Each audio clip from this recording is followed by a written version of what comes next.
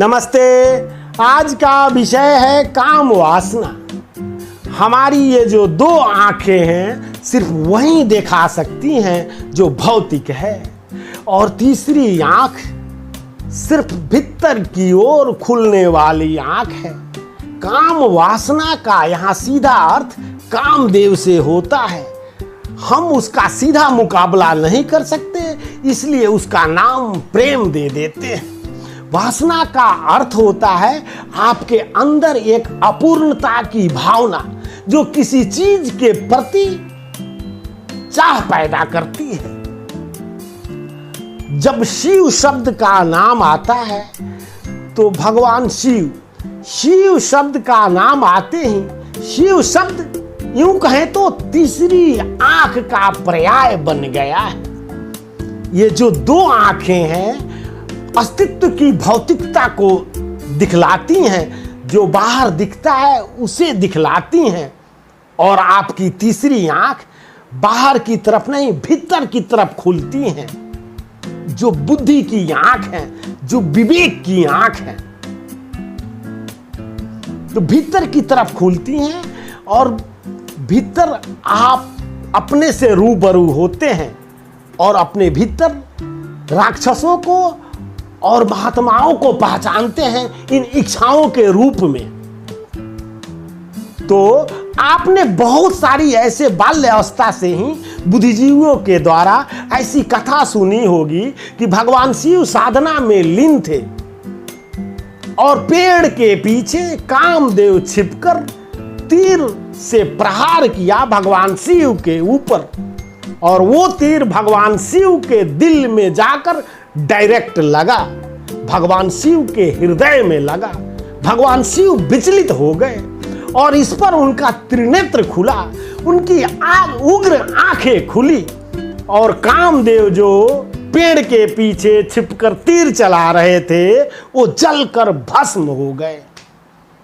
मैं पूछता हूं आपसे कि आपके कामदेव क्या बाहर जागृत होते हैं?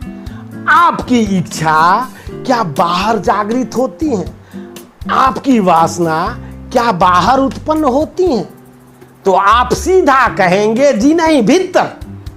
ऐसा तो नहीं है कि किसी खूबसूरत स्त्री को और एक सुंदर पुरुष को आप साथ बैठे देख लिए तो आपकी काम वासनाएं जागृत हो गई। जी नहीं, वो आपके भीतर उत्पन्न होती हैं। आप सोचते हैं कि ये चीज मुझे मिल जाए तो मेरा जीवन सफल हो जाएगा। आप कुछ चाहते हैं, किसी के पीछे जाते हैं कि शायद ये काम हो जाए तो मैं जो अधूरा हूं पूरा हो जाऊं। ये सभी वासनाएं ही हैं। मैं इसे चाहता हूं। वो पद हो सकता है, वो सेक्सुअलिटी हो सकती है, वो ताकत हो सकती है। प्रत्येक इच्छा वासना ही है। सिर्फ विपरीत लिंग की बात नहीं है।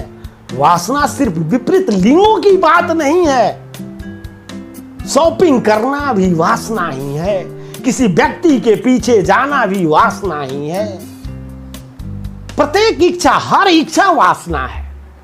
तो भगवान शिव ने देखा, जब उनका त्रिनेत्र खुला, अपनी विवेक की आंख उन्होंने भीतर की तरफ जब खोली तो उन्होंने देखा कि जीवन का एक पहलू अधूरेपन का एहसास करवाता है। वो इच्छा के रूप में जो ये हो जाता तो मैं ऐसा हो जाता, ये हो जाता तो मैं सफल हो जाता, ये हो जाता तो मैं अच्छा हो जाता, ये अधूरेपन का एहसास करवाता है। वही वासना है। बस क्या था, भगवान शिव ने अपना त्रिनेत्र खोला और अपने भीतर जो वासना थी उसको जलाकर भस्म कर दिया। तो मैं इसलिए आपसे पूछता हूं कि आपकी वासना भी आपके भीतर ही उत्पन्न होती है, और ये तीसरी आंख भी भीतर ही खुलती है।